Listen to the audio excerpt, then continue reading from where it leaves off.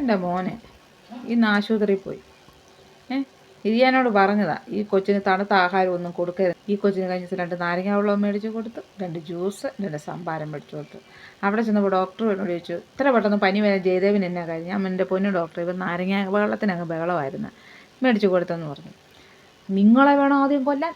നിങ്ങളുടെ കൊച്ച് നിങ്ങളോട് പറഞ്ഞോ ഫ്രൈഡ് റൈസ് വേണം, ചിക്കൻ വേണമെന്ന് പറഞ്ഞാൽ നിങ്ങൾ എന്ത് ആഹാരം കൊടുക്കുന്നു അത് ആ പിള്ളേർ കഴിക്കുന്നത്. ഇരിക്കാൻ ഞാൻ ചെന്നു, ഡോക്ടർ മുഴുവൻ എന്നെ അങ്ങ് തെറി പറയുക. ആദ്യം നിങ്ങളെ വേണം ശരിയാക്കാമെന്ന് പറഞ്ഞ് ഞാൻ മുഴുവൻ തെറിയും കെട്ടിച്ച് പുള്ളി ഇറങ്ങി വെളിയിൽ വന്നപ്പോൾ ഈ പുള്ളി ഞാൻ നോക്കുമ്പോൾ കസേരയിരുന്ന്.